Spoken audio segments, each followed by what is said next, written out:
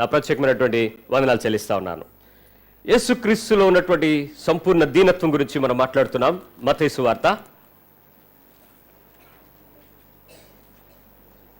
11వ అధ్యాయము 28, 29 వచనాలను చదువుదాం.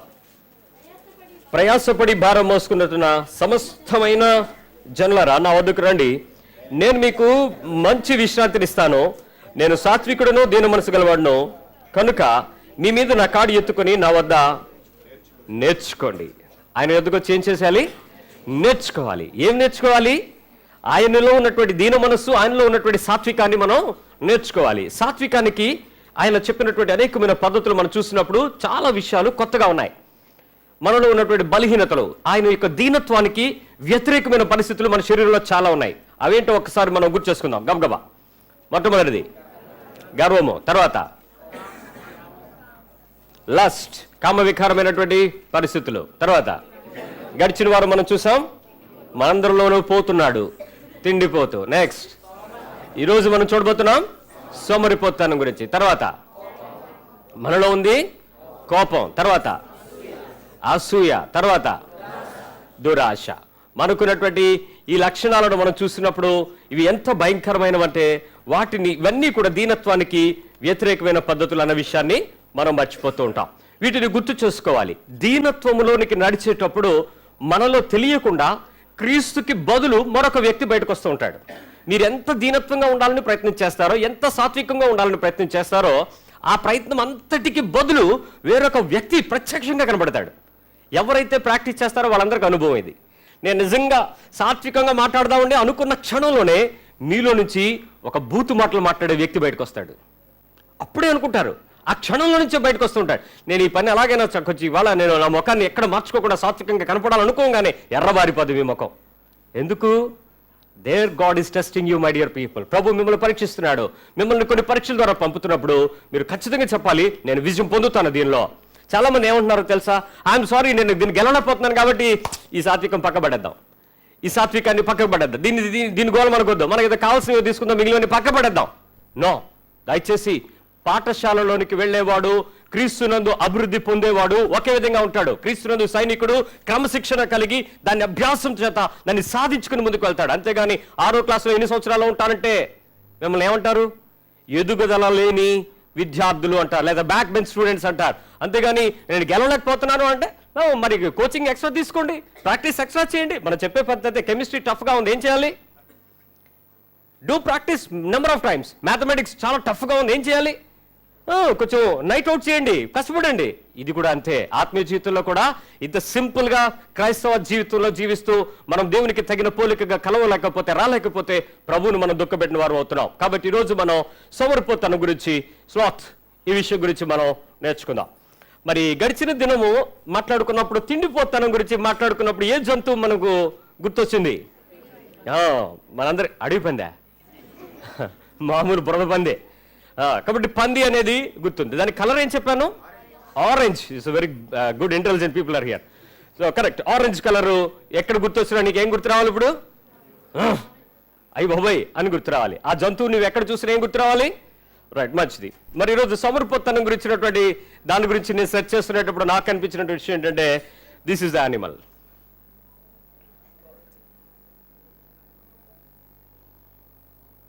ఏంటిది? మేకపోతు. ఇది కూడా పోతే మేక. దీని కలర్ ఏంటో తెలుసా?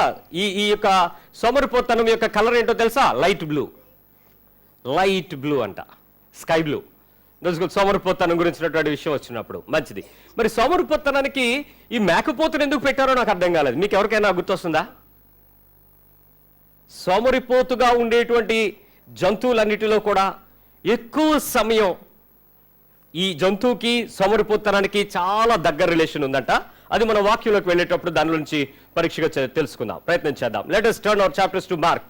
Gospel of Mark chapter 135. Mark సువార్త 1వ అధ్యాయము 35వ వచనం. ఆయన పెందలకడన లేచి ఇంకను చాలా చీకటి ఉండగానే బయలుదేరి అరణ్య ప్రదేశమునకు వెళ్ళి అక్కడ ప్రార్థన చేయిచూ ఉండెను. లూకా సువార్త 6వ అధ్యాయము 12వ వచనం. Luke 6 verse 12. ఆ దినములు యందు ఆయన ప్రార్థన చేయుటకు కొండకు వెళ్ళి దేవుని ప్రార్థించుట యందు రాత్రి గడిపెను. ఉదయమైనప్పుడు ఆయన తన శిష్యులను పిలిచి వారిలో 12 మందిని ఏర్పరిచి వారికి అపోస్తలులను పేరు పెట్టెను. ఈ 2 వచనాలను శ్రద్ధగా ఆలోచిద్దాం. మొదటి వచనం మనం చదువుకున్నాం, మార్క్స్ వార్త 1:35 వచనంలో. ఆయన ఎప్పుడు ప్రార్థన చేశాడు? పెందల కడనే లేచి. అక్కడ ఒక ఉపమానం కూడా ఉంది, రూపకాలంకారంగా చెప్పండి అదేంటి వాస్తవం? పెందల కడనే లేచి చాలానా ఇంకను అని ఉందా? ఇంకను ఆ పదం మొదలెక్కండి. ఇంకను అనే దానిలో చాలా మీనింగ్ ఉంది, ఇప్పుడు చెప్తాను మీకు. ఇంకను చాలా చీకటి, మళ్ళీ కొంచెం అనేస్తున్నారు, కొంచెం చాలా కదా, అది చాలా చాలా చాలా చీకటి ఉండగానే ఏమండి 2:15 గంటలకి నాతో పాటు రైల్వే స్టేషన్కి ఎంతమంది నడుస్తారు? ఎన్ని గంటలకి? ట్రైన్ 6 గంటలకి లేండి. 6 గంటలకంటే ట్రైను మనం 2 గంటలకి బయలుదేరదామా? రాత్రి 2 గంటలకి. ఆల్మోస్ట్ మిడ్ నైట్ దాటిపోయింది కదా, ఏముంది నెమ్మదిగా నడిచి వెళ్దాం పదండి అంటే ఎంతమంది నడుస్తారు? ఇష్టపడరు. ఓకే, 3 గంటలకి, 6 గంటలకి ట్రైను, 3 కూడా కదలమా? 4 అవి అప్పుడే ఎందుకు మరి, 2 గంటల ముందు వెళ్ళిపోయి ఏం చేస్తాం అక్కడ? నడవాలంటే మాత్రం అయితే 5, ఎస్ 1 అవర్ బిఫోర్ కొంచెం న్యాచురలీ పర్వాలేదు అనిపిస్తుంది. ఈయనకేమనిపించదో తెలియదు, ఇంకా తెల్లారలేదంట. ఈయన మాత్రం లేచి నడిచి కొంత దూరం వెళ్ళి అక్కడ ఒంటరిగా కూర్చుని ఆయన ఏం చేస్తున్నాడంట? ప్రార్థన చేస్తున్నాడు. ఎప్పుడు? Early morning. మరి లూకాసు వార్తలో 6వ అధ్యాయం 12వ వచనంలో చూసినప్పుడు ఆయన ఏం చేస్తున్నాడు? ప్రార్థన చేయడం కొండకు వెళ్ళి రాత్రి గడిపెను. తెల్లవారు శిష్యుల దగ్గరికి వచ్చి పేర్లు పెట్టి పిలిచాడు, అపోస్తలులను ఏర్పాటు చేస్తున్నాడు. సో రాత్రి గడిపెను అంటే ఏం చేశాడు? రాత్రి అంటే మీ టైంలో ఏంటి? ఎన్ని గంటల నుంచి ఎన్ని గంటల వరకు? మన ఇండియన్ టైంలో మన వాచ్లో చూపించే టైం ఎన్ని గంటల నుంచి ఎన్ని గంటల వరకు? రాత్రి. సాయంత్రకాలం ఒక 6 వేసుకుంటే ఉదయకాలము ఒక 6 వరకు, అంతా రాత్రి పగలు కలిపి. ఈయన ఏం చేశాడు? రాత్రి అంతా ఏం చేశాడు? ఇక్కడ గమనించండి, ఆయన full night he was in prayer. రాత్రంతా ప్రార్థన చేశాడు. ఎందుకోసం? 12 మంది శిష్యులను, తన మిషన్ని, తన కమిషన్ని, తన గ్రేట్ మిషన్ని, తండ్రి తనకు అప్పగించిన బాధ్యతను తను అనేక మందికి పంచాలి అని అంటే కొంతమందిని ఏర్పాటు చేసుకోవడం కోసం రాత్రంతా సిద్ధపడి వారిని ఏర్పాటు చేసుకోవడానికి ప్రయత్నం చేశాడు. మొన్న ఒక అబ్బాయి పెళ్లి చేసుకోవడానికి వచ్చాడు. అన్నయ్య నా మ్యారేజ్ కోసం ప్రార్థన చేయండి అని అడిగాడు. తప్పుడు ఈ రాత్రంతా నువ్వు ప్రార్థన చేయన్నాను. ఏంటంటే రాత్రన్నా ప్రార్థన ఎందుకన్నా, తెల్లారి పెళ్లి కదా అన్నాడు. That is why you have to pray. రేపు ఉదయ కాలం నీ కుటుంబ జీవితంలోకి ఎంటర్ అవబోతున్నావు. నీ ముందున్న స్థితిగతులు పరిస్థితులు ఎలా ఉంటాయో నీకు తెలియదు. కాబట్టి నీ భార్య నీ గౌగిట ఫలించు ద్రాక్షవల్లి వలె ఉండాలి, నీ పిల్లలు నీ భోజన బల్ల చుట్టూ ఒలివ మొక్కలు ఉండాలి అని అంటే ఈ రాత్రంతా ప్రే చేయి, ఉదయం మ్యారేజ్లో కలుసుకుందాం అన్న గ్లామర్ పోద్దన్నా అన్నాడు. కొంచెం నిద్ర వచ్చేసి మీరు ప్రమాణాలు చెప్పినప్పుడు నేను కునికాను అనుకో, మీరు సిగ్గు తీసేస్తారు అందరి ముందు అన్నాడు. రాత్రంతా ప్రార్థించి నీ జీవితానికి ఒక గమ్యమును తీసుకోబోయే ముందు ఒక నైట్ అంతా ప్రేయర్ చేయలేవా? కష్టం అన్నా. ఎగ్జామ్స్, రాత్రంతా పరీక్ష కోసం నువ్వు సిద్ధపడటానికి అయితే తెల్లవారులు ఫ్లాస్క్ పక్కన పెట్టుకుని కష్టపడతావు. కానీ ఓ రాత్రంతా పరీక్షలకు ముందు ఒక 4 రోజుల ముందుగానే, ప్రభువా నేను రాబోతున్న పరీక్షల్లో విజయం కొరకు నీ సన్నిధిలో నేను మోకరిస్తున్నానని చెప్పి జ్ఞానం ఇచ్చేవాడు నీవు, తెలివిచ్చేవాడు నీవు, జ్ఞాపక శక్తి ఇచ్చేవాడు నీవు, రాయడానికి ఆరోగ్యం ఇచ్చేవాడు నీవు, రాకపోకల మధ్య నువ్వు కాపు చేయవాడు నీవు, కాబట్టి నీ సన్నిధిలో నేను మోకరిస్తున్నాను అని చెప్పగలిగి ఒక రాత్రంతా ప్రార్థన చేసేవాళ్ళు ఎవరైనా ఉన్నారా? కష్టం. ఇల్లు కొనుక్కోవడానికి వెళ్లే ముందు నువ్వు జీవితకాలం ఆ ఇంట్లో ఉండబోతున్నావు. పునాది ఎలాగుందో తెలియదు, స్లాబ్ ఎలాగుందో తెలియదు, లోపల వైరింగ్ ఎలా ఉందో తెలియదు. నువ్వు ఇంట్లో ఉండబోతుండగా అది ఏమైనా జరిగే ప్రమాదాలు ఉంటాయో తెలియదు. ఆ ఇంటి గురించి, ఆ స్థలం గురించి ఒక రాత్రంతా, ఒక పగలంతా, ఒక ఉదయకాలం లేచి ఎప్పుడన్నా ప్రార్థన చేస్తావా? ఇప్పుడంతా ఫాస్ట్ ఫుడ్ సెంటర్లు తయారైపోయాయి. మనం ఇలా బండి మీద వెళ్ళి అక్కడ ఆపి ఆరం కొట్టగానే నీ కారును చూసి నువ్వు చికెన్ అడుగుతావో, మటన్ అడుగుతావో, పాలకూర అడుగుతావో, పప్పుచారు అడుగుతావో, మజ్జిగ అడుగుతావో, అడిగి తెలుసు టక్కని తీసుకొచ్చి నీ కారులో పెట్టేస్తాడు. అంత ఫాస్ట్ ఫుడ్ కౌంటర్స్, ప్రేయర్లు కూడా అలాగే అయిపోయాయి. పరీక్షలకి ఆలివ్ గ్రీన్ గారు దయ్యం వదిలితే పలానా దయ్యం పాస్టర్ గారు, పలానా ఏదో పలానా పాస్టర్ గారు కావాల్సిన నెంబర్లో కావాల్సిన దగ్గర కొట్టి కావాల్సిన ప్రేయర్ చేయించుకుని వెళ్ళిపోతున్నాం. కానీ మనము ప్రార్థన చేయడానికి కావాల్సిన ఆసక్తితో లేవలేకపోతున్నాం. దీన్ని ఏం చేస్తారో తెలుసా? మందలో గొర్రెలన్నీ ముందు లేచి నడిచిపోతాయండి. ఆడమేకలన్నీ లేచి ముందు నడుస్తాయండి, పోతులు మాత్రం లెగవండి, అస్సలు లెగవు. ఏం చేస్తాడో తెలుసా? ఆ కాపరి కర్ర పట్టుకొచ్చి డ్రన్నా కదలవండి, కొడితే తప్ప కదలవండి ఇవి. అందుకు ఇవి సోమరిపోతనానికి నిదర్శనాలుగా పెట్టారు. కావాలంటే వెళ్ళి వాళ్ళు అడగని చెప్తారు. ఎంత లేపుతాడంటే ఇటు కొట్టేటి వెళ్ళేటప్పుడు కూడా ఈ మంద ఆల్మోస్ట్ 1/2 కిలోమీటర్ వెళ్ళిపోయినప్పుడు ఈ కదలవండి. ఎందుకో తెలుసా? లేచి మేము పరిగెత్తగలమని. దాన్నే సోమరి అని పిలుస్తున్నాడు. యేసుక్రీస్తులో ఉన్న గొప్ప లక్షణం, ఆయన చురుకైన వాడు. దేవుని స్తోత్రం చెప్దాం. హల్లెలూయా. Is always active. ఆయన ఆ స్లో మోషన్లో పనిచేద్దాం, తర్వాత వెళ్దాం, రేపు వెళ్దాం అలాంటి ఆలోచనలు లేవు ఆయనకి. ఆయన ఎప్పుడు కూడా చాలా తీవ్రంగా పనిచేసేవాడు. మనకి ఈరోజు అదే హెచ్చరిక పౌలు గారు మనకు చెప్పారు. రోమపత్రిక 12:11 ఒకసారి చూద్దాం. Romans 12:11. ఆత్మ విషయంలో మాంద్యులు కాక ఆత్మయందులి తీవ్రత గలవారే ప్రభువుని సేవించుడి. Romans 12:11. ఆత్మయందు ఎలా ఉండాలంట? మాంద్యులుగా ఉండొద్దు. చాలు. ఆత్మయందు తీవ్రతగా ఉండాలి అని చెప్పేటప్పుడు మన జీవితాలలో మాంద్యులుగా ఉండొద్దు అనే హెచ్చరికను తీసుకోవాలి. ఏంటి మాంద్యత అంటే? మెంటల్లీ రిటార్డెడ్ చిల్డ్రన్ కొంతమందికి ఉంటారు.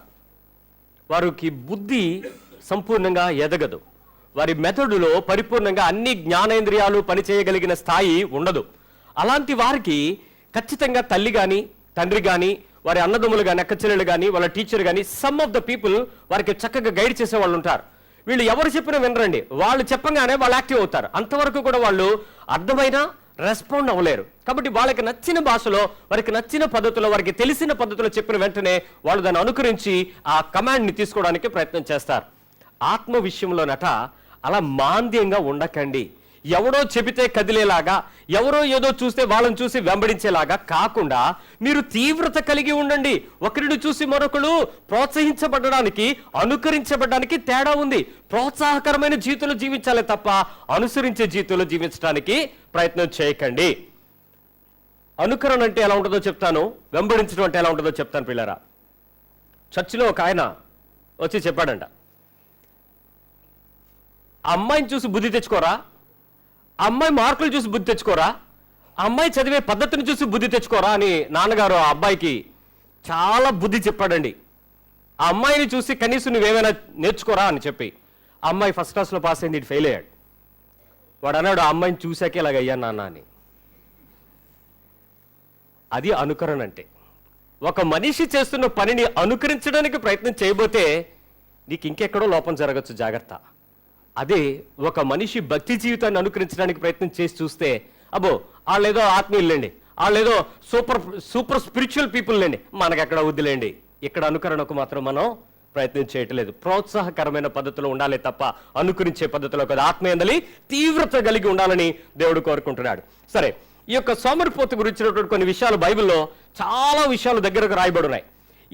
ఈ సోమరిపోతనానికి వచ్చేటువంటి మంచి లాభాలు మొదటిగా కొన్ని చెప్తాను. మొట్టమొదటి ఏంటంటే, నువ్వు వద్దన్నా నీకు వచ్చేది బంపర్ ఆఫర్ పేదరికం. బంపర్ ఆఫర్ పేదరికం వస్తుంది.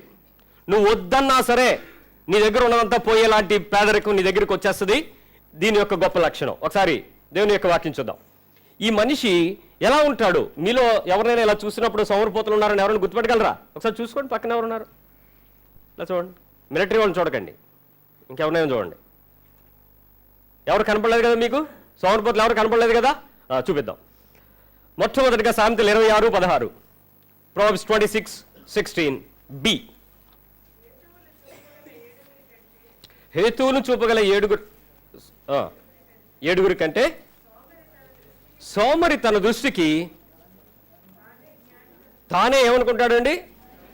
ఇక్కడ బైబిల్లో ఒక మాట, నాకు ముందు మాట బాగా నవ్వొచ్చింది. హేతువును చూపగలిగినట్ట, కారణం తప్పు అని చెప్పగలిగినా, లేకపోతే ఇలా కాదు అలా చెప్పాలని చూపించగలిగిన వాళ్ళు 7 ఉన్నారంట. ఆ 7 కంటే కూడా ఈ సోమరిపోతే ఏమనుకుంటాడంట? నాకు అన్నీ తెలుసు. బట్ బ్రదర్స్, నాకు తెలియదేటి, నాకు తెలుసు. ఆ విషయం మీరే నాకు చెప్పక్కర్లేదు, నాకు బాగా తెలుసు. 7 తప్పురా అని చెప్తున్నా కూడా ఈ వ్యక్తి ఏమంటాడు తెలుసా? నాకు తెలియదేటి, అది ఆ విషయం నాకు బాగా తెలుసు. జ్ఞానం కలిగిన వారు, నాకు తెలుసు, నాకు తెలుసు, నాకు అన్నీ తెలుసు. మొట్టమొదటిగా ఈ సోమరిపోతే ఎలా ఉంటాడంటే, నాకు అన్నీ తెలుసు అన్న జ్ఞానిలాగా ఉంటాడండి. ఎలా ఉంటాడు? ఒకసారి చెప్పండి మీ పక్క వాళ్ళకి, జ్ఞానిలాగా ఉంటాడంట అని. మీకు గుర్తుంటాయి ఈ మాటలు, ఎప్పుడు మర్చిపోరు మీరు చెప్తే. చెప్పండి. అంటే నాలాగా కాదా? నేనన్నా నాలాగా అన్నీ తెలుసు అన్నట్లుగా. మీరు నన్ను చూసినప్పుడు ఏమనుకుంటారు? అయ్య బాబా ఆలివానికి అన్నీ తెలుసు అనుకుంటారు. అంటే సోమరిపోతుకి కాబట్టి జ్ఞానం అనుకుంటాడు. మీరేమనుకుంటారో కాదు, తన గురించి తాను అనుకుంటాడు ఈ జ్ఞాని. నాకు తెలుసు అనుకుంటాడు. మొదటిగా ఈ బలహీనతలో నేను నేర్చుకోవడానికి ఉన్నాను. ఒకసారి చెప్పండి. నేను చనిపోయేంత వరకు నేర్చుకుంటాను. నేను దేవుని గ్రంథములో నుంచి నేర్చుకుంటాను. నేను దేవుని స్వరములో నుంచి నేర్చుకుంటాను. దేవుని సంఘములో నుంచి నేను నేర్చుకుంటాను. ఎప్పుడైతే నువ్వు నేర్చుకుంటావు అన్న విషయం నీకు తెలుసో అప్పుడు నీకు కొన్ని తెలియదు అన్న విషయం నీకు అర్థమవుతా ఉంది. రెండవ విషయం చెప్తాను. ఈ మనిషికి ఉన్నటువంటి గొప్ప విషయం ఏంటంటే సామెతల గ్రంథం 10వ అధ్యాయము 4వ వచనం. Proverbs 10:4. బద్ధకముగా పనిచేయవాడు ఏమవుతాడండి? సో సోమరిపోతు యొక్క రెండవ లక్షణం ఏంటో తెలుసా? ఎలా ఉంటాడు? బద్ధకంగా ఉంటాడు. బద్ధకం అంటే దానికి ఉదాహరణకి ఎప్పుడు చెప్పాలో తెలుసా? ఉదయాన్నే మీరు లేవండి, లేచిన వెంటనే అమ్మయ్యా అనుకునేటప్పుడు ఎలాంటి బద్ధకం ఉంటుందో, ఆ రిలాక్స్ అయ్యి స్ట్రెచ్ అయ్యేటప్పుడు నీ నరాలు, కండరాలు, ఎముకలు, రక్తము, మాంసము, చర్మము స్ట్రెచ్ చేసుకుని ఒక్కసారి రిలాక్స్ అవుతాడు చూసారా? ఈ బద్ధకస్తుడు ప్రతి కొద్ది నిమిషాలకు ఒకసారి రిలాక్స్ అవ్వాలని ప్రయత్నం చేస్తాడు. అంటే ఏంటి? తొందరగా ఏమవుతుంటాడు? అలసిపోతూ ఉంటాడు. ఇంత పనా ఎంత. నేను ఒకసారి చదువుకునేటప్పుడు ఫస్ట్ ఇయర్లో ఎలక్ట్రికల్ ఇంజనీరింగ్ పుస్తకం ఒకటి ఇచ్చారు. ఆ పుస్తకం ఎంత ఉందండి, దీని మీద ఎంత ఉంది పుస్తకం. ఆ పుస్తకం పట్టుకోగానే నాకు జ్వరం వచ్చింది. ఏంటి ఈ బుక్ చదవాలా, ఎంత బుక్కా, అమ్ము నా వల్ల కాదని. విషయం ఏంటంటే ఫైనల్ ఇయర్ వరకు ఆ సబ్జెక్ట్ నేను వెంటాడుతూనే ఉంది, నన్ను వదిలిపెట్టలేదు. అది ఫైనల్ ఇయర్లో తప్ప, అది కూడా దేవుని కృపను బట్టి బాగా ప్రార్థన చేసుకుంటే తప్ప ఆ పరీక్ష పాస్ అవ్వలేకపోయాను నేను. ఎందుకు అని అంటే ఫస్ట్ టైం దాన్ని చూడగానే బాబోయ్, బద్ధకస్తుడు ముందు ఏమంటాడు తెలుసా? బాబోయ్ అంటాడు. బాబోయ్ రేపు ఉదయాన్నే 4 గంటలకు అందరూ ప్రార్థనలో కలుసుకుందాం. బాబోయ్ 4గే మీ గేట్ చేస్తారా? ముందు సాకులు మొదలెడతాడు బద్ధకస్తుడు. వెంటనే ఏదో కారణం లోపల నుంచి వస్తుంటాయి. ఎప్పుడైతే బద్ధకంగా చేసేవాడు. ఇంకొక మాట చెప్తాను.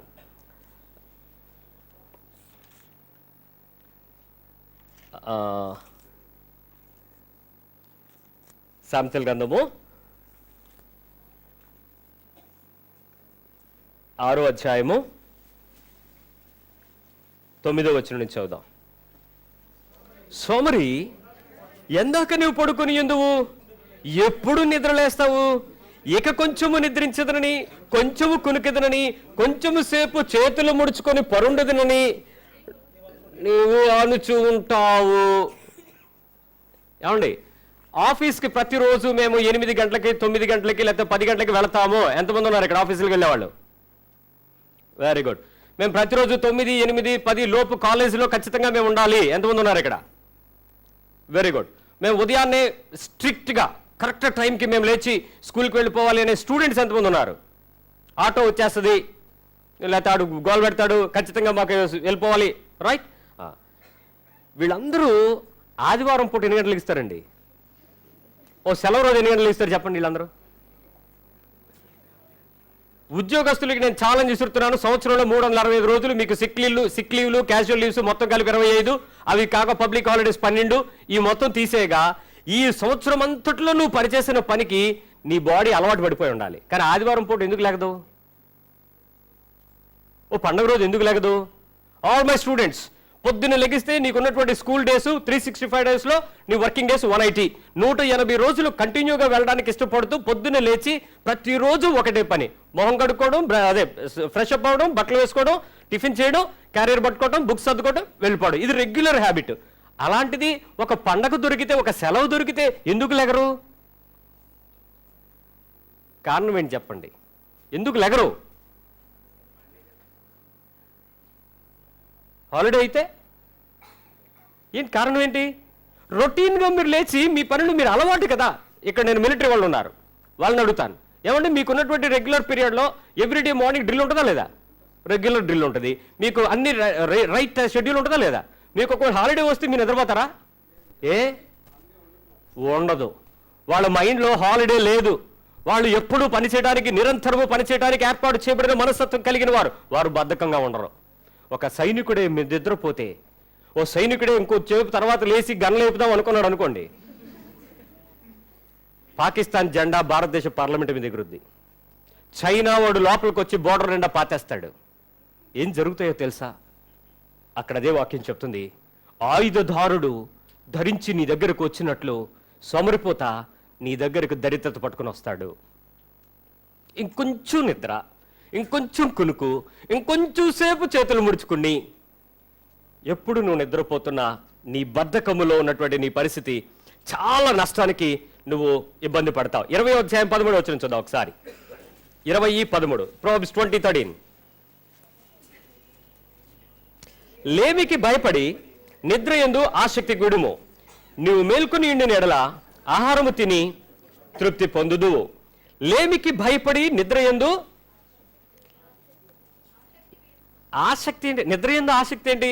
కొంతమందికి నిద్ర అనేది ఒక ఆత్మ,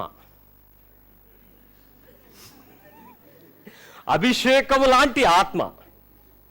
ఈ అభిషేకం ఎప్పుడెప్పుడు దిగుద్దో తెలీదు, ఎప్పుడెప్పుడు వెళ్ళిపోద్దో తెలీదు. ఒకరోజు బస్సులో ట్రావెల్ చేస్తున్నాను, ఆయన బస్సులో రాడ్డు పట్టుకుని నిద్రపోతున్నాడు. టికెట్ అన్న అసలు ఉలుకు పలుకు లేదు. ఆఖరికి ఆయన గట్టిగా వచ్చి హలో హలో అన్న అస్సలు కదుపులేదు. అప్పుడు ఆయన ఇలా కొడితే, ఏంటి బాబు ఎక్కడున్నాను అన్నాడు. నిద్రపోతున్నావు బస్సులో కూడా? ఆత్మ వచ్చింది, ఏం చేయగలడు? ఒక ఆల్రెడీ ప్రేయర్కి వెళ్తే సాలూరులో ఒక పాస్టర్ గారు ప్రార్థన చేస్తున్నారు, ప్రభువా కునుకు పట్టు ఆత్మ, జోపునిచ్చు ఆత్మ, నిద్రనిచ్చు ఆత్మ, గొరక పెట్టు ఆత్మ, ఈ బిడ్డలలో ఉన్నటువంటి గాఢ నిద్ర కలిగించే ఆత్మలను దూరం చేయి ప్రభువా అని ప్రార్థన చేస్తున్నాడు ఆయన ఆల్ నైట్ ప్రేయర్లో. ఇన్ని ఆత్మలు ఉన్నాయా అనుకున్నాను నేను. అని అడిగాను అక్కడికి, ఏంటి బ్రదర్ అంటే, ఏముండదు బ్రదర్, సైలెంట్గా కళ్ళు చూస్తూనే ఉంటా అంటాడండి. అరే చూస్తూ నిద్రపోతే సోమరిపోతూ ఎక్కడ నిద్రపోగలడు? ఏ ప్లేస్లో అయినా నిద్రపోతాడు, మిట్ట మధ్యాహ్నం అయినా నిద్రపోతాడు, రాత్రి అయినా నిద్రపోతాడు, పగలైనా నిద్రపోతాడు, తింటూ కూడా నిద్రపోయే వాళ్ళు ఉన్నారు టేబుల్ మీద, లేరా?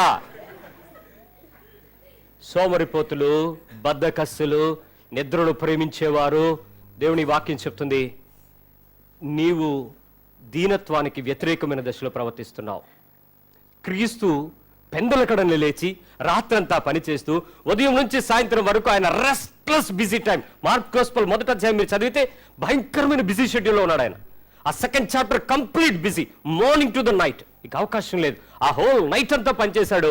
ఉదయకాలం ఇంకా పెందలకడనే లేచిపోయి ఆయన ప్రార్థన చేయడానికి మెలకుగా ఉన్నాడు నీ జీసస్. అంతేకాదు, ఈ నిద్రలో ఉన్నటువంటి పరిస్థితిలో చాలా మందికి ఈ లైఫ్ ప్లానింగ్ ఉండదు.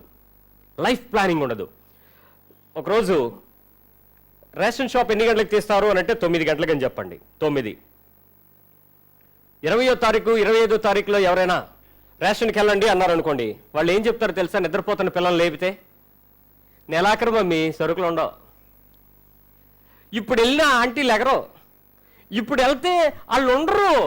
వీళ్ళు ఏం చేస్తుంటారు? వీళ్ళు లేమికి భయపడి ఇప్పుడు కాదు అని చెప్తారంట. వాళ్ళు దేన్ని ఆశిస్తారు? నిద్రను ఆశిస్తారు. ఇంకొక కారణం కూడా ఏంటంటే, ఈ బద్ధకస్తులు లేక ఈ సోమరిపోతులు వీళ్ళు ఖచ్చితంగా ఒక మాట చెప్తారు, ఏంటంటే ప్లానింగ్ ఉండదు. ఏ సమయంలో ఏం చేయాలనే విషయంలో వారికి అదుపు ఉండదు. వాళ్ళకి టైం సెన్స్ ఉండదు, వాళ్ళకి డేట్ సెన్స్ ఉండదు. ఈ బద్ధకస్తులు ఎక్కడ ఏం చేస్తారో చెప్తాను మీకు. దీనిలో అలారం పెడతారు, కుయ్యి కుయ్యమంటది, అన్ని సొప్పుళ్ళు అదొక సొప్పుడు పక్కకు పోద్ది. ఫోన్లో ఒకటి చెప్తారు, అరే నువ్వు మాత్రం గుర్తు చేయరా, నాకు మర్చిపోతాను. ఆడు గుర్తు చేస్తాడు, రేపే కదరా, ఓకే. ఏమండి, తొందరగా వెళ్ళిపోయే వాడిని బద్ధకస్తుడు అంటావా, లేటుగా వెళ్ళేవాడిని బద్ధకస్తుడు అంటావా? చెప్తాను. విమానానికి వెళ్ళాలి, 23వ తారీఖు డేటు, 22వ తారీఖు ఎయిర్పోర్ట్కి వెళ్ళిపోతే ఏమంటారు వాళ్ళు? నువ్వు ఇంకొక రోజు వెయిట్ చేస్తే తప్ప నీ విమానం రాదు బాబు అని. ఇంటికి వచ్చేసి ఒక రోజంతా వెయిట్ చేయమన్నాడు కదా అని మనోడు నిద్రపోయేటప్పటికి క్యాలెండర్ మారిపోయింది, ఇంకొక రోజు అయిపోయింది. ఆ మరుసటి రోజు వెళ్తే ఏమంటారు? నువ్వు నిన్న రావాల్సింది ఎక్కించేవాళ్ళం విమానం, ఇవాళ వచ్చావు కాబట్టి మేమేం చేయలేమని చెప్తారు.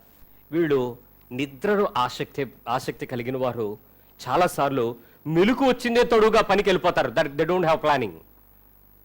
వాళ్ళకి టైం దొరికింది, ఇప్పుడు అన్నీ చేసేద్దాం అంతే, వెళ్ళిపోదాం. ఎంతమంది ఉదయాన్నే లేచిన వెంటనే 7 గంటల లోపు స్నానం చేసేవాళ్ళు ఎంతమంది ఉన్నారు అక్కడ చెప్పండి? 7 o'clock లోపు. A few hands are rise. 8 అయినా 9 అయినా పర్వాలేదు, ఎప్పుడైనా చేయొచ్చు. ఎంతమంది ఉన్నారు? వీళ్ళందరూ బద్దగసులు, వీళ్ళందరూ సోమరిపోతులు. ఏంటి? ప్రతిదానికి సమయం ఉంది. They have the time planning ఉంది. నువ్వు ఆ టైంలో చేయాలి. ఎప్పుడైనా పర్వాలేదులే. ఎప్పుడైనా పర్వాలేదా? తిండి కూడా అలాగే మార్చండి. ఊరుకుంటారా? అస్సలు ఊరుకోదు. కడుపు ఊరుకోదు, అది లోపల గోలబెడది.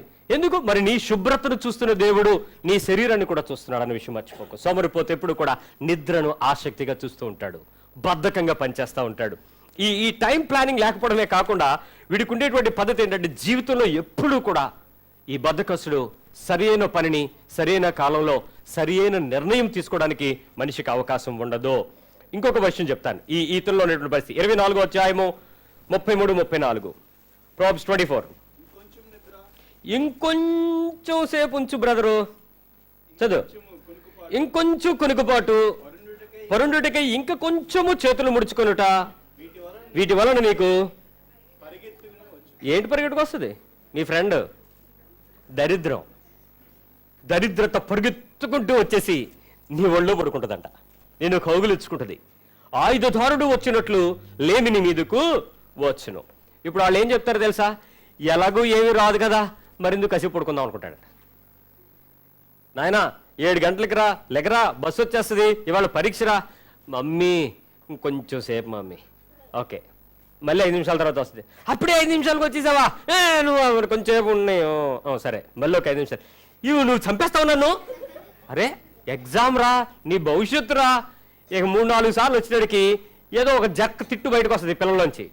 ఆవిడకి కూడా మండుద్ది, ఆ నాన్నకు కూడా మండుద్ది. ఏమంటాడు అప్పుడు? ఈ సంగతి చూద్దాం ఉండని చెప్పి 5 నిమిషాల ముందు లేపుతారండి. ఉలిక్కుబడి లేచి, నువ్వు లేపాలని తెలియదా నీకు? సర్లే, ఎలాగో టైం అయిపోయింది, ఇంక పరీక్షకి వెళ్ళాం. చాలా మంది బ్రతుకుల్లో నిద్ర నీ జీవితాన్ని శాసిస్తూ ఉంది. నిద్ర నీ జీవితంలో దేవుని యొక్క ఉద్దేశాలను పగలగొడతా ఉంది. నీ మంచము, నీ పరుపు, లేక నువ్వు పడుకునే ప్రదేశం నిన్ను సుఖాశక్తులుగా చేస్తూ దేవుని యొక్క దీనత్వానికి వ్యతిరేకమైన దశలో నిన్ను నడిపిస్తూ ఉంది. ఈరోజు లోక సంబంధమైన పరిస్థితుల కొరకు నువ్వు పరుగులు పెట్టి నీవు దేవుని యందు నిద్రపోవడంలో మెలకువగలిగినటువంటి తనాన్ని మనం నేర్చుకోవాలి. సోమరిపోతనాన్ని జయించడానికి ఒక షార్ట్ టెక్నిక్ చెప్తాను ఇక్కడే. మీరు నిద్రలో మెలకువగా ఉండండి. ఎలా ఉండాలి ఒకసారి చెప్పండి. నిద్రలో నేను మెలకువగా ఉంటాను.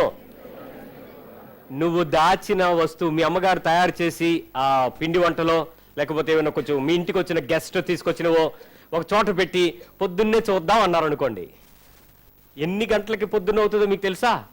ఆ రాత్రంతా పొద్దున అవుతూనే ఉంటుంది. లేగడం, టైం చూడడం, అప్పుడే అవ్వలేదా, మళ్ళీ పడుకోవడం, మళ్ళీ లేవడం, మళ్ళీ చూడడం, అయిపోవడం. ఈ లోపు ఆ బీరువా చప్పుడు కిర్రు మంది అనుకోండి, పిల్లలు వేసిపోతారు. ఈడి వాట ఆడెక్కడ తినేస్తాడోనని మెలకువతో ఉండి కాపలా కాసేస్తారు. ఏమండి, ఇలాంటప్పుడు మెలకువా? ప్రార్థన చేయడానికి ఎందుకు లేరండి? విసుగక ప్రార్థన చేయండి.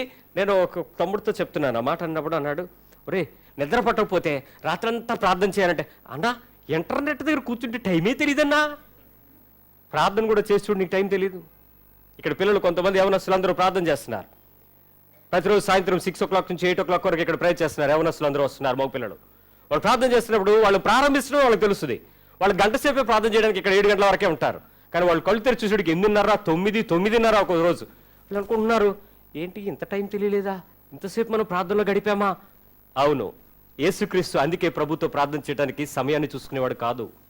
ఈరోజు మనం మాత్రం అమ్మా 10 నిమిషాలు ప్రార్థన చేయండి అన్నాం అనుకోండి, 10 నిమిషాలు ఎప్పుడు అయిపోద్దా, ఎప్పుడు వెళ్ళిపోతామా, ఎప్పుడు లేచిపోదామా? నీలో సుఖాశక్తిలో ఉన్నటువంటి భయము నిన్ను దేవుని దగ్గరికి రాకుండా చేస్తుంది.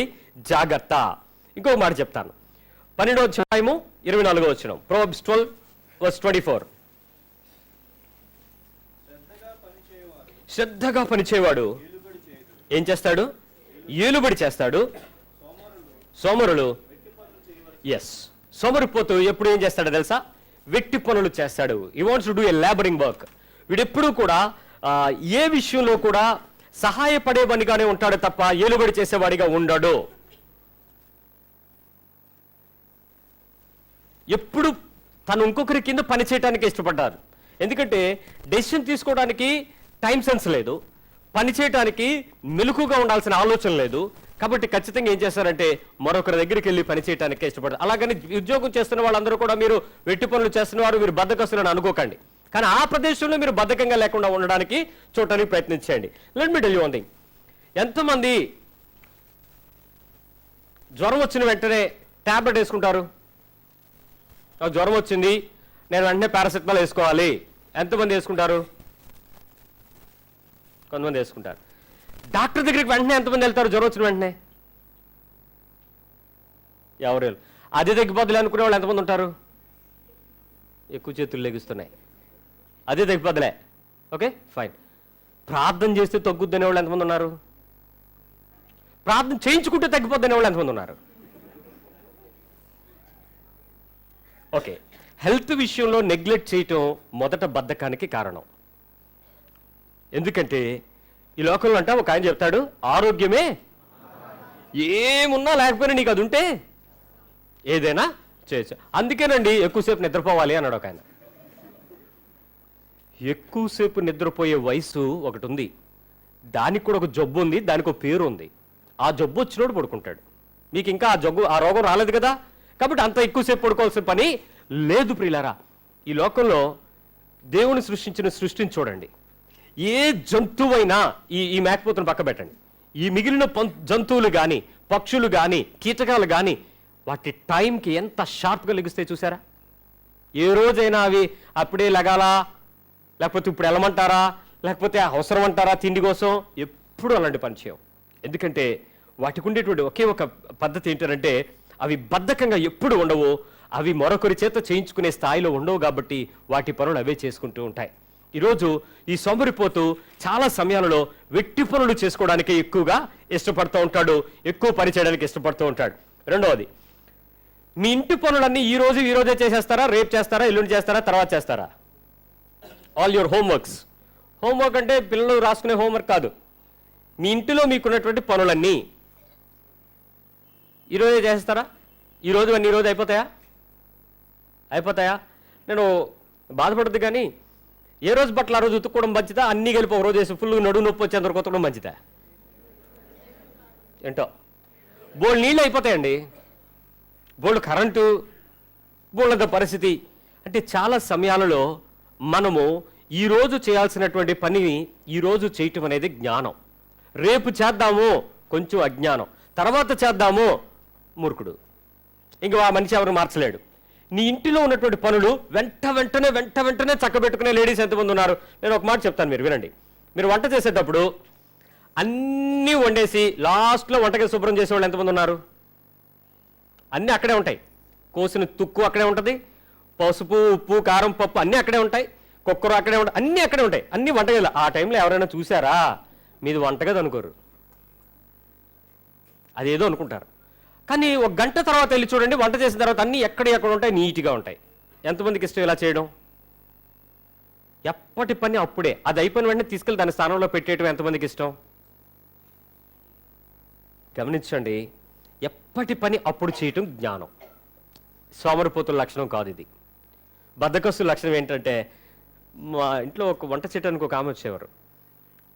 ఆమె వంట చేసేటప్పుడు ముందు మాకు భయం ఏంటంటే, ముందే చెప్పేసేదిలేండి, మీరు వంటగదిలోకి రాకండి, మా మీద పిచ్చి కేకలేసేది.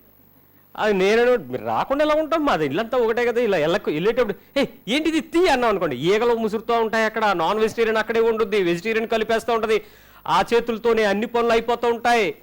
బాబ్బా ఒకసారి అన్నాను, ఎందుకమ్మా మమ్మల్ని ఎంత కష్టపెడతావు? నీ రుచులు చూసి మేము ఫ్లాట్ అయిపోతున్నాం, కాకపోతే నువ్వు చేసే పని చూస్తే చాలా అసహ్యంగా ఉంది, అలా చేయకుండా ఉండొచ్చు కదా అని అంటే, ఇలా చేస్తేనే నాకు తృప్తి, మీకు రుచి అంది. బద్ధకస్తులు వాళ్లే తృప్తి పొందడానికి ప్రయత్నం చేస్తారు, ఎదుటి వారి యొక్క క్షేమాన్ని, వారికి కావలసిన భద్రతను వాళ్ళు పట్టించుకోరు. బద్ధకం తనకు కావాల్సినంత వరకే, ఎవడేమనుకుంటాడో అనవసరం, ఎలా ఉంటాడో అనవసరం, ఏమైనా అనవసరం. ఇంకో మాట చెప్పనా? ఈ బద్ధకస్తుల్లో ఉన్నటువంటి గొప్ప పని 19వ అధ్యాయం 15వ వచనం, సామెతలు 19:15, Proverbs 19:15. సోమరితనము గాఢ నిద్రలో పడవేను, సోమరివాడు ఏముంటాడంట? పస్తుపడి ఉంటాడంట. అన్నం తినడానికి సైతం సోమరితనం ఏం చేస్తుంది?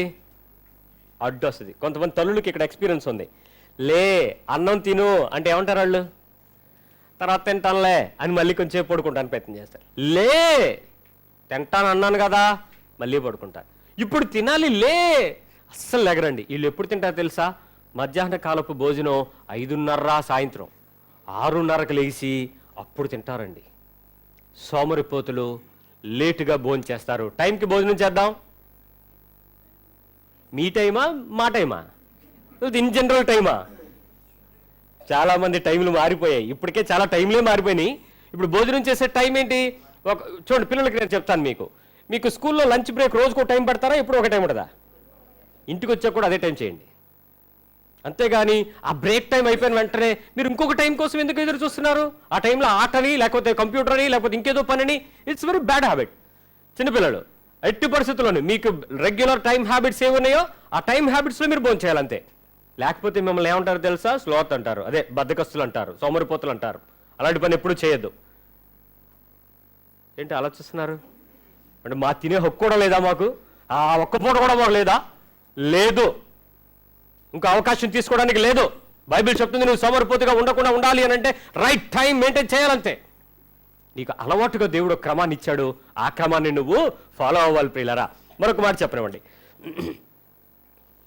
ఒక దగ్గరికి వెళ్ళాలి అనుకునే వాళ్ళు, ఒక ఇంటికి వెళ్ళాలి, ఒక హౌస్ని విజిట్ చేయాలి, లేక ఒక ప్రదేశానికి నేను వెళ్దాం అనుకున్నాను అనుకునే వాళ్ళు ప్లాన్ చేసుకుని ఆ సమయంలో ఎక్కడెక్కడ ఆ దారిలో ఉన్నవన్నీ పనులన్నీ చక్కబెట్టుకునే వాళ్ళు ఎంతమంది ఉన్నారు? అక్కడికి వెళ్ళి వచ్చేసి తర్వాత మళ్ళీ అదే దారిలో వెళ్ళి వచ్చేవాళ్ళు ఎంతమంది ఉన్నారు? ఒకవేళ మీరు షాపింగ్ సెంటర్కే వెళ్ళారనుకోండి, స్పెన్సర్స్కి వెళ్ళారు. ఎందుకు వెళ్ళారు? మీ గ్రాసరీ కొనుక్కోవడానికి వెళ్ళారు. ఆ వారంలో లేక ఆ నెలలో మరోసారి వెళ్ళకూడదు, రైట్? మరోసారి అక్కడికి వెళ్ళదు, ఒకసారే.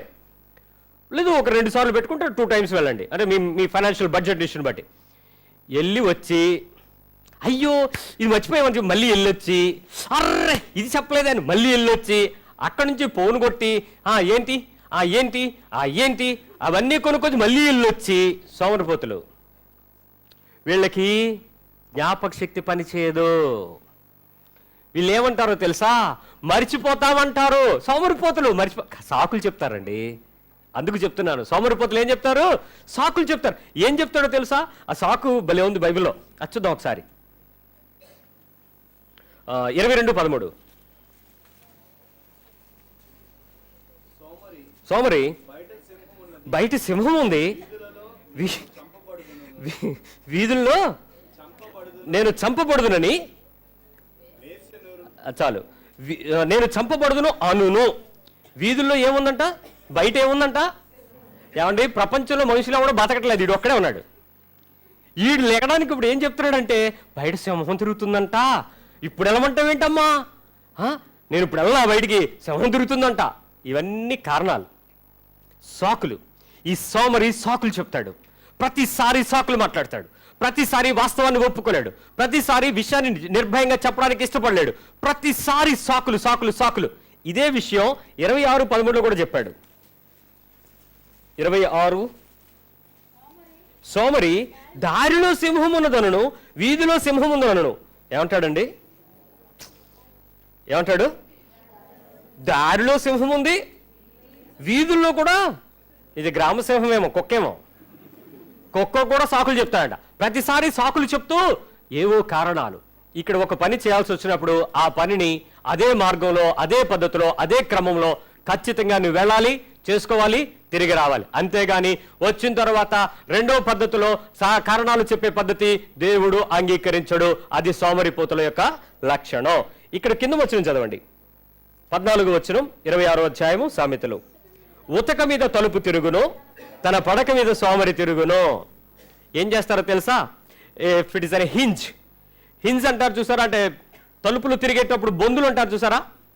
ఉతక మీద తలుపు తిరుగుతుంది. ఆ టోటల్ డోర్ అంతా తిరిగేది కేవలం ఆ హింజ్ మీదే ఉంటుందండి. ఆ హింజ్ మీద తిరుగుతూ ఉంటుంది. సోమరిపోతే ఎలా తిరుగుతాడంట అంటే he was strict to the cot. ఆ పరుపు మీద, ఆ మంచం మీద దానికి గట్టిగా పట్టుకుపోయి అంటుకుపోయి ఉంటాడంట. అలాగా నిద్రపోలు తిరుగుతూ ఉంటాడంట. ఇంకా అక్కడ చెప్తున్నాడు, సోమరి పాత్రలో తన చెయ్యి ముంచును, నోటి యొద్దకు దాన్ని తిరిగి ఎత్తుట. అబ్బా ఎంత సాకో చూడండి, ఇది ఎంత సాకో చూడండి. ఇక్కడ పిల్లలు అనకూడదు, తల్లుల్ని అనాలి. తల్లులు తండ్రులు మీ పిల్లలకి తినిపించేవాళ్ళు ఎంతమంది ఉన్నారు ఇక్కడ? ఎత్తండి సిగ్గుపడకుండా చేతులు. Very good. ఇప్పుడు సోమరిపోతులు ఎవరు? పిల్లల తొల్ల. సోమరిపోతుల కంపెనీలో యజమానులు మీరే. మీ పిల్లలని సోమరిపోతులుగా తయారు చేస్తున్న తల్లులు మీరే. తండ్రులు పుస్తకాలు సర్దేవాళ్ళు ఎంతమంది ఉన్నారు? సాక్సులు తెచ్చేవాళ్ళు ఎంతమంది ఉన్నారు? బూట్లు అక్కడ పెట్టేవాళ్ళు ఎంతమంది ఉన్నారు? ఏమంటే మా పిల్లడు కష్టపడిపోతున్నాడు. నాయనా ఇక్కడ పెట్టాను, దా నన్ను అక్కడ పెట్టావు, అక్కడ పెట్టావా? నేను తీసి పెట్టేసానులే, నువ్వు పడుకున్నావు కదా, నేను సర్దేశానులే. ఓ సోమరిపోతులు తయారు చేసే తండ్రి, రా బయటికి రా. నువ్వు అలా నీ పిల్లల్ని పాడు చేయొద్దు. చిన్న కాలం నుంచి వాళ్ళ పనులు వాళ్ళు చేయడం నేర్పించు. వాళ్ళ కాళ్ళ మీద వాళ్ళు నేర్పించు. వాళ్ళు చేయాల్సిన పని ఆ సమయంలో చేయడం నేర్పించు. అంతేగాని నువ్వు అలాంటి తప్పుడు పని చేయడానికి ఉపయోగించు. దేవుడు ఒప్పుకోవట్లేదు నిన్ను. తల్లులరా, మీ పిల్లలను వారికి తినిపించడం నేర్పించడం మాని వాళ్ళ చేత వాళ్ళు తినడం నేర్పించండి. వాడు ఏమనుకుంటాడో తెలుసా? రేపొద్దున తినరా అన్నావు అనుకో, అమ్మా అన్నం ఎలా కలపాలి, ఇలాగేనా అని అడిగాడు అనుకోండి, ఎప్పుడు పెళ్ళయ్యాక కొంపలు అంటుకుపోతాయి. జాగ్రత్త. కాబట్టి ఇప్పటి నుంచే వాడికి ఎలా తినాలో నేర్పించండి, ఎలా కలుపుకోవాలో నేర్పించండి, ఏం చేయాలో నేర్పించండి. దయచేసి ఆ డిస్టర్బెన్స్ ఎలాంటి పరిస్థితుల్లో ఉన్నదాన్ని మీరు చక్కగా వాడు ఎలా తినాలో వాడికి నేర్పించండి. ఈడేమో పుస్తకం పట్టుకుంటే ఈ స్పూన్లో దోపుతుంటే పుస్తకంలో చూస్తాడా, నీ నోట్లో తినేది తింటాడో తెలుసుదా? ఇక జీవితంలో వాడు రుచి తెలీదు, వాడు దేవుని పక్షమైన కృపను పొందుకోలేడు. పిల్లలకి అలాంటి స్పూన్ ఫీడింగ్లు మాన్పించండి. వాళ్ళు ఎదుగుతున్నారు, ఎదిగే దశకు తగినట్లుగా వాళ్ళని తయారు చేయండి. అంతేగాని రెండు పద్ధతుల్లో ఎప్పుడు కూడా పెంచడానికి ప్రయత్నం చేయకండి. వాళ్ళు ఏ వయసులో ఉన్నారో వాళ్ళకి చేతులు ఉన్నాయి, వాళ్ళకి అవయవాలు దేనికి ఏ పని చేస్తుందో తెలుస్తుంది, ఆ పనిని వాళ్ళకి నేర్పించండి. అంతేగాని రెండవ పనిని ఎప్పుడు చేయడానికి ప్రయత్నం చేయొద్దు. ఈ సోమరు ఏమంటాడంట? పాత్రలో చెయ్యి ముంచుతాడంట, నోటి ఎదుగు తిరిగి దాన్ని ఎత్తుట. రేపొద్దున అంటాడు, మమ్మీ అన్నీ కలిపి నువ్వే పెట్టే అంటాడు. జాగ్రత్త. ఆ పని దేవునికి వ్యతిరేకమైన పని. సోమరిపోతులు మాత్రమే ఆ పనులు చేయడానికి ఇష్టపడతారు. ఆ పనులన్నీ కలిపేస్తే పర్వాలేదు అనుకుంటారు. అలాంటివి ఏమీ చేయొద్దు. 21:25 Proverbs 21:25. సోమరిపోని చేతులు పని చేయడంలో వాని ఇచ్చ వానిని. వాడి చేతులు ఏం చేయవు? నేను మీకు విషయం చెప్పనా? ఈ వాక్యాన్ని జాగ్రత్తగా క్షుణ్ణంగా పరిశీలిస్తే మనకు అర్థమయ్యేది ఏంటంటే, these people will be very active. చాలా యాక్టివ్గా ఉంటారు. ఎంత యాక్టివ్గా ఉంటారంటే వాళ్ళు అన్ని పనులు చేయడానికి అన్ని విషయాలలో పరుగులు పెట్టేస్తూ ఉంటారు. అసలు పని జరగదు, అక్కడ పని అవ్వదు. వీళ్ళు మాత్రం చాలా యాక్టివ్గా కనపడతారండి. సోమరిపోతులు మా సోమరిపోతుతనాన్ని కప్పిపుచ్చుకోవడం కోసం ఇలాంటి హడావుడి హంగామాలు చేయడానికి ప్రయత్నం చేస్తారు. ఇవి ఇక్కడ అదే పని చెప్తుంది. ఇలాంటి పనిని ఎట్టి పరిస్థితుల్లో నువ్వు చేయడానికి ఒప్పుకోవట్లేదు దేవుని యొక్క వాక్యం. కాబట్టి ఇలాంటి ఏ విషయాలలో నువ్వు చేయడానికి ప్రయత్నం చేస్తున్నావో ఆ పరిస్థితులను నువ్వు గెలవడానికి ప్రయత్నం చేయండి. మత్తయి సువార్త 25:24. మత్తయి సువార్త 25:18 నుంచి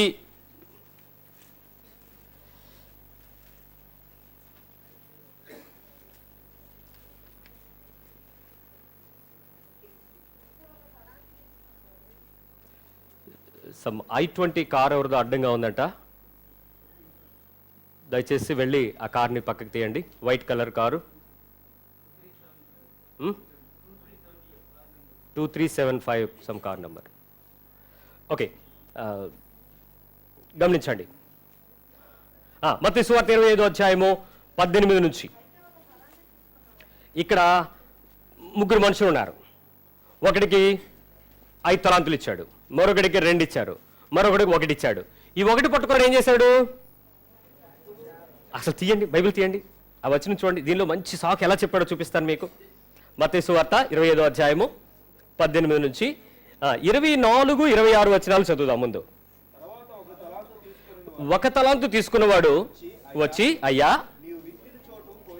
నీవు విత్తిన చోట కోయేవాడు అనియు, చల్లని చోట పంట కూర్చుకునేవాడు అనియు, కఠినుడు అని నేను ఎరుగుదును. కనుక నేను భయపడి వెళ్ళి నీ తలాంతును భూమిలో దాచిపెట్టాను, ఇదిగో తీసుకో అని చెప్పాడు. ఇది ఎన్ని కారణాలు చెప్పాడో చూసారు అక్కడ. నువ్వు ఎలాంటి వాడువో నాకు తెలుసు, నువ్వు కఠినుగా ఉంటావు, నువ్వు విత్తన చోట కోస్తావు, లేకపోతే అలా కాకుండా ఎలా అంటావు. ఆ తర్వాత ఆయన ఏమన్నాడు చూడండి. అందుకు అతని యజమానుడు వారిని చూచి సోమరివైన చెడ్డదాసుడా, నీకు ఇచ్చిన దాన్ని నువ్వు మల్టిపుల్ చేయటానికి, దాని విషయంలో పెట్టుబడి పెట్టడానికి, దాన్ని ప్రయాసపడడానికి నువ్వు అసలు ఏమాత్రము కూడా ఇష్టపడని సోమరిపోతువి, చెడ్డవాడివి. సోమరిపోతు లక్షణాన్ని ప్రభు చూసినప్పుడు అది చెడ్డ లక్షణంగా ఇచ్చాడు. అది చెడ్డది. మీలో కొంతమంది కొద్దిపాటి బద్ధకాన్ని నెగ్లెక్ట్ చేస్తున్నారేమో, అది చెడ్డది. చిన్నదే కదా బద్ధకం అనుకుంటున్నారేమో, అది చెడ్డది. అది పర్వాలేదు అనుకుంటున్నారేమో, అది చెడ్డది. తను ఎక్కడ రాజీ పడడానికి వీల్లేదు. ఏ చిన్న బద్ధకాన్ని, ఏ చిన్న సోమరిపోతనాన్ని ఉంచుకోవడానికి దేవుడు ఊరుకొట్టలేదు అన్న విషయాన్ని గమనించు. 13వ అధ్యాయము 4వ వచనం, సామెతలు 13:4.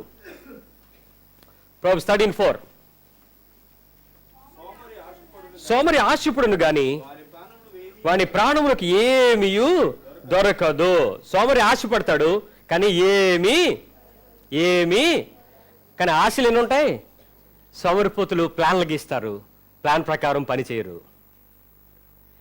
ఏం లేదు, జనవరి 1వ తారీఖు పెద్ద ప్లాన్ లిస్ట్ వచ్చేస్తుంది బయటికి. అదే 31st నైట్, 31వ తారీఖు రాత్రి ఏమంటారు? పొద్దున్న 5 గంటలకు లేచి ప్రార్థన, ఈ రోజు నుంచి బైబిల్ రీడింగు, ఈ రోజు నుంచి వారానికి ఒకరోజు ఉపవాసం, చర్చికి కరెక్ట్ టైంకి వెళ్ళిపోవడం, ఇంక ఏ రోజు నుంచి నేను ఆ చెడ్డ పనులు చేయకుండా ఉండడం, ఈ రోజు నుంచి అలాంటి పనులు నేను ఇంక వెళ్ళకూడదు. ఇవన్నీ మార్చుకొచ్చినోడికి ఏమైపోతాయి? ఆ ప్లాన్లన్నీ మారిపోతాయి. మార్చి నెలలో మార్పు కదా, ఇంకంతే. ఆ మార్పు తగినట్టుగా జీవితం మొదలైపోద్ది. పాత జీవితానికి ఎప్పుడు కూడా అర్థం పట్టేలా ఉంటారు, లోకపు జీవితానికి నడుస్తారు. కాబట్టి చాలా విషయాలలో చేతులు పని చేయలేవు, నీ ఇష్టాలే నిన్ను చంపేస్తాయి. దేవునికి వ్యతిరేకమైన జీవితం జీవించేటువంటి పద్ధతిలో ఎప్పుడు కూడా చేయటానికి ప్రయత్నం చేయవద్దు. 18:9 Proverbs 18:9. పనిలో జాగు చేయవాడు నష్టము చేయవానికి ఏమవుతాడట? పనిలో జాగు చేయవాడు నష్టము కలిగించేవానికి. ఇందాక నేను ఒక పని చెప్పాను చూసారా, వాడు బాగా పరుగులు పెడతాడు కానీ ఏ పని చేయడు. ఈ మనిషి చేసేవాడికి అడ్డం పడతాడు. ఏమంటాడంటే, ఇప్పుడే వెళ్ళిపోతావా, అప్పుడే చేసేస్తావా, అప్పుడే ఎందుకు, సాయంత్రం చేద్దాంలే, తర్వాత చేద్దాంలే. నేను కొన్ని సమయాల్లో మా పిల్లల్లో చాలా మందిని నేను అది చూస్తూ ఉంటాను. నాన్న ఇవన్నీ ఇదిగో ఇలా చేసేయండి అని చెప్పి నేను చాలా స్పీడ్గా చెప్తాను. నేను తరుగుతానులేండి వాళ్ళని, అన్నీ చెప్పేస్తాను. తర్వాత వీళ్ళు ఏమంటారు తెలుసా, అన్నిటికీ ఇప్పుడే అన్నట్టు రెడీగా ఉంటానండి. ఆ తర్వాత నేను ఎన్ని రోజుల తర్వాత కూడా అక్కడే ఉంటాయి. ఏంట్రా అని అడిగితే, ఆ అన్నయ్య చేసేస్తానన్నాడు అన్నయ్య, మరి నువ్వో ఎన్నాను, మరి ఈ అన్నయ్య సంగతి, ఈ అన్నయ్య కూడా చేద్దాం అన్నాడు కానీ రాలేదు. సాకులు. వీళ్ళు పనికి నష్టం కలిగిస్తారు, దేవుని పనికి నష్టం కలిగిస్తారు, దేవుని సంఘానికి నష్టం కలిగిస్తారు, నీ కుటుంబానికి నష్టం కలిగిస్తావు, నీ యజమానికి నష్టం కలిగిస్తావు, నీ సంస్థకు నీ వల్ల నష్టం కలుగుద్ది. దయచేసి నువ్వు అలాంటి ప్రదేశాలలో ఈ సోమరిపోతు పనులు చేసి ఎప్పుడు చేయటానికి ప్రయత్నం చేయవద్దు. అక్కడికి ఇంకొక మంచి వచనం చూపిస్తాను మీకు. అదేంటంటే 10వ అధ్యాయము 26వ వచనం అండి. 10వ అధ్యాయము సామెతలు 10:26. సోమరి తనను పనికి పెట్టువారికి పండ్లకు పులుసు వంటివాడు, కళ్ళకు పొగ వంటివాడు. ఆ వచనం భలే అర్థంగా ఉంది చూసారా. ఒక ఆయన తిరుగుతూ ఉంటే, నాకు పని కావాలి, నాకు పని కావాలి, నాకు పని కావాలంటే, రా పని ఇప్పిస్తానండి, నేను తీసుకెళ్ళి ఇంకొకటి చెప్పి పంపించాను. నాన్న ఈడు పాప కష్టపడుతున్నాడు, పాప వారం రోజుల నుంచి పని కోసం ఎదురు చూస్తున్నాడు ఉద్యోగం అని, రా అని చెప్పి పెడితే ఆ యజమానికి ఈ వ్యక్తి ఎలా ఉంటాడంట? పులుసు తింటే పళ్ళు ఏమవుతాయి? పులిసిపోయిన తర్వాత ఏమైనా తినగలరా? అలా అయిపోతాడటండి. కళ్ళుకు పొగ పడితే ఏమవుతుంది? కళ్ళు చూడగలమా? మంటలు వచ్చి మాట్లాడితే కళ్ళు మూసుకుంటా చూడు. ఈ వ్యక్తిని పెట్టుకున్న యజమాని ఏమైపోతాడో తెలుసా? అలా ఏమి తినలేడు, ఏమి చూడకుండా అయిపోతాడంట ఈ వ్యక్తి వెళ్తే. అంటే ఆ యజమాని దీవించబడతాడా, దివాలా తీస్తాడా? అదండి సోమరిపోతు యొక్క లక్షణం. అవతలోడు ఎంత కంపెనీ అయినా పడిపోద్ది అంతే. బిల్ గేట్స్ ఒక మాట చెప్పారు. ఆయన ఏమంటాడంటే, తన ఆఫీస్ మొత్తంలో కూడా కఠినమైన టాస్క్ని తీసుకొచ్చి ఆఫీస్లో బద్దకస్తుల లిస్ట్ ఒకటి తయారు చేసి ఉంచుతారంట. ఆ బద్దకస్తులకు ఇస్తాడంట. ఎందుకో తెలుసా? ఆ పని అవుద్దో అవదో వాళ్ళు తేల్చేస్తారంట. అందుకు బద్దకస్తులు ఎంచుకుంటారంట. ఇక్కడ ఎవరైనా అలాంటి వాళ్ళు ఉంటే, దేవుడు ఈరోజు నీతో చెప్తున్నాడు, నిన్ను కూడా నేను ప్రయోజనకరంగా మారుస్తాను. నువ్వు నా వైపు వచ్చి నా దగ్గర నువ్వు నేర్చుకోవడానికి ప్రయత్నం చేస్తే నీలో ఉన్న బద్ధకం నీ వల్ల సంస్థలు నాశనం అయ్యాయి, కుటుంబం తిట్టుకున్నారు, భార్య వేదన పడుతుంది, భర్త దుఃఖపడుతున్నాడు, పిల్లలను బట్టి తల్లిదండ్రులు వేదన చెందుతున్నారు, సంస్థలు నష్టానికి పోతున్నాయి, నువ్వే ప్రదేశంలో నిలకడగా ఉండలేవు, నువ్వు పని చేయడానికి ఇచ్చి ఉంటుంది కానీ పని చేయడానికి మనస్సు ఉంటుంది కానీ ఆ పని చేయడానికి నీ బద్ధకం నిన్ను విడిచిపెట్టదు, సమయపాలన ఉండదు, పరిస్థితుల మధ్య ఎంతో నష్టాన్ని నువ్వు చూస్తావు, నీ మార్గం నిండా ముళ్ళ కంచెలే ఉంటాయని చెప్తావు. ఇవన్నీ నువ్వు చెప్పినా యేసు నిన్ను ప్రేమించి నువ్వు నా దగ్గరికి వచ్చి నువ్వు నేర్చుకుంటే నేను నీకు నా సాత్వికాన్ని ఇచ్చినప్పుడు నీకు చురుకుదనము అనే గొప్ప భాగ్యాన్ని నీకు ఇస్తాను అని చెప్తున్నాడు. నువ్వే వయసులో ఉన్నా, ఎలాంటి సమస్యతో ఉన్నా, నువ్వు ఎలాంటి ఇబ్బందులు బాధపడుతున్నా, నువ్వేవి సాధించలేకపోతున్నావు అనే సోమరిపోతానాన్ని బట్టి నువ్వు దుఃఖపడుతూ ఉంటే ఆయన అంటున్నాడు, నీవు రేపటి దినం సమాజానికి ప్రయోజనకరమైన జ్ఞానమైన సంగతులను నువ్వు కనిపెట్టేలాగా నేను చేస్తాను అని చెప్తున్నాడు. అంతేకాదు పిల్లరా, శ్రద్ధ కలిగిన నీ పరిస్థితులన్నింటిలో నువ్వు ఇంటిని ఏమన్నా పడగొట్టేస్తున్నావో ప్రసంగి గ్రంథం 10వ అధ్యాయము 18వ వచనంలో చెప్తాడు. ఎక్లీషియాస్టిస్ చాప్టర్ 10:18. సోమరితనం చేత ఇంటి కప్పు ఏమైపోద్దండి? దిగబడిపోను.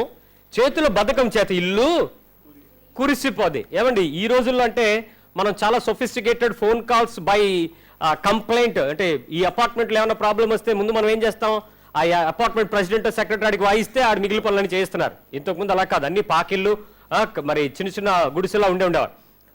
వాళ్ళు ఏమనుకుంటారంటే వర్షం పడుతుంది అనుకోండి, చిన్న చిన్న చొక్కా పడుతుంది అనుకోండి, బిందె అక్కడ పెట్టి, గ్లాస్ అక్కడ పెట్టు, ఈ ముంత అక్కడ పెట్టు అని ఏదో పెట్టుకునేవాళ్ళు. అది నిండుతుంది, నిండిపోయినప్పుడు పారేసుకుంటూ ఉంటారు. ఆ తర్వాత కొంచెం వెళ్తూ వచ్చింది అనుకోండి, అలా ఆవిడ గుర్తు చేస్తుంది అనుకోండి, ఏమన్నా ఇల్లు కారుతుంది, దాన్ని ఏదో చేయించండి, రేపు చేసేద్దాం అంటాడంట. మీకు ఎందుకు, రేపు తెచ్చేస్తాను కదా, కవరో కప్పేస్తాను కదా అంటాడంట. అలాగే కప్పేద్దాం ఆఖరికి అది మిమ్మల్ని కప్పేస్తుంది. ఆ ఇల్లు కూలిపోద్ది, ఏమవుద్ది, కారి అది పెద్ద రంధ్రం అయిపోద్ది, అదంతా పుచ్చిపడతాయి, బొత్తబడి. సోమరి తన చేతుల చేత తన ఇంటి పనులను శ్రద్ధగా చేయటానికి ఇష్టపడడు. ఎంతమంది మీ ఇంట్లో చిన్నపాటి వర్క్స్కి బయట వాడిని పిలవకుండా మీరు పనిచేయడానికి ఇష్టపడతారు? ఈ బ్యాచ్, మగవారు బ్యాచ్, వాళ్ళు చేయించుకోమని చెప్తారు. ఓ సలహా, చేయించుకోవచ్చు కదా, ఆడికి పిలవచ్చు కదా, ఆడికి ఫోన్ చేయొచ్చు కదా, ఆడికి చెప్పించుకోవచ్చు కదా. గమనించు, సోమరివాడు ఎంతసేపు ఇంకొకరి మీద డిపెండ్ అవుతాడు. ఆ పనివాడు రావాలి, ఆర్డర్ రావాలి, ఈడి చేయాలి. నిజంగా చెప్తున్నాను, ఒకవేళ మీకు తెలియకపోతే వదిలేసి దాన్ని పాడు చేయకండి, పూర్తిగా పాడు చేయకండి. ఒకవేళ తెలిస్తే మాత్రం ఇంకొకరి మీద ఆధారపడకండి, మీరే చేయాలి ఆ పని. బద్ధకస్తులు పని చేయడానికి ఇష్టపడరు అని దేవుని యొక్క వాక్యం చెప్తుంది. కాబట్టి ఇలాంటి పరిస్థితుల్లో నువ్వు ఎలాంటి పరిస్థితులు ఉన్నా దాని నుంచి నువ్వు బయటకు రావడానికి నీకు 3 టెక్నిక్స్ చెప్తాను. That's a three way to come out from your sloth. 3 మార్గాలు. మొట్టమొదటిది, నేను వదులుకోవాల్సింది ఏంటి? List it out. నేనేమేమి వదిలేయాలి లిస్ట్ చేయండి. ఏమేమి వదులుకోవాలి? ఒక్క సోమరితనంలో ఎన్ని లక్షణాలు ఉన్నాయి ఎతకండి. ఏమేమి వదిలేయాలి? List it out. ఒక చోట ఆపకండి సుమా, దానికి నెంబరింగ్ ఎక్కడ వేయకండి అప్పుడే, ఎందుకంటే బోల్డ్ వస్తే లిస్టు. ఏమేమి వదులుకోవాలో ముందు లిస్ట్ అవుట్ చేయండి. నెంబర్ 2, నాకు కావాల్సినవి ఏంటి, ఏం చేయాలి? నాకు ఇప్పుడు కావాల్సింది ఏంటి, దానికి ఏం చేయాలి? ఫస్ట్ లిస్ట్ రాసావు, ఆ లిస్టు అలాగే ఉంటే నీకు ఉపయోగం ఏముంది? నేను లెగాలి అనుకున్నావు అనుకో, ఏమవుద్ది? అలారం మోగుద్ది, ఫ్రెండ్ పిలుస్తాడు, టీవీ ఆన్ అయ్యి ఉంటుంది, ఇదేం జరిగింది, నువ్వు లేగవు. ఫస్ట్ నువ్వేం చేయాలి? ఇప్పుడు లేవాలి. నువ్వు చేయాల్సిన పని ఏంటి? ఇప్పుడు చెయ్యడానికి నువ్వు ప్రారంభించాలి. నువ్వేం చేయాలి? నెంబర్ 3, తర్వాత ఏం చేయాలి? ఈ క్వశ్చన్ మార్క్ నీ ముందు ఉండాలి. 3వ పాయింట్ ఏంటి? What next? తర్వాత ఏం చేయాలి? ఇప్పుడు ఏమీ లేదు అనుకోండి, చేరబడి కూర్చుంటారు. ఏదైనా ఉందనుకోండి, లేచి నిలబడతారు. చెయ్యాలనుకోండి, నడుస్తారు, ముందుకెళ్తారు, చేస్తారు. ఈ 3 పనులు మీరు చేస్తే మీ జీవితంలో బద్ధకస్తులు దూరం అయిపోతారు. కానీ చాలా ఎక్కువగా సమాజంలో చూస్తున్నటువంటి పద్ధతి ఏంటంటే, క్రైస్తవుల్లోనే ఎక్కువ బద్ధకస్తులు ఉంటారు. ఎందుకో చెప్పనా? అతిగా తింటారు, అతిగా తాగుతారు, అదే కోకోకోలాలు. అందువల్ల ఏమవుతారు? బద్ధకస్తులుగా మారతారు. ఆదివారం పూట పనులు చెప్పండి ఎవరికైనా, వెళ్తారా? సెలవు దినం. దేనికి సెలవు? మీరు మీ పనులు చేసుకోవడానికి సెలవు. మీరేం చెప్తున్నారు? మా పనులకు సెలవు, మిగిలిన వాళ్ళు పనులు చేసుకోండి. బద్ధకస్తులారా, ఆ రోజు మీకు మీ పనులు చేసుకోవటానికే ఇచ్చాడు. కాబట్టి దాన్ని మీరు వాయిదా వేసుకునే పద్ధతి కాదు. ఈ 3 పద్ధతులు ప్రాక్టీస్ చేయండి. నెంబర్ 1, నేను వదులుకోవాల్సినవి ఏంటి? నెంబర్ 2, నాకు కావాల్సింది, దానికి నేను ఇప్పుడు ఏం చెయ్యాలి? నెంబర్ 3. తర్వాత ఏంటి చెప్పండి? What next? తర్వాత ఏంటి? ఈ 3 ప్రశ్నలు నీ జీవితంలో ఉండేటప్పుడు సామెతలు 12:27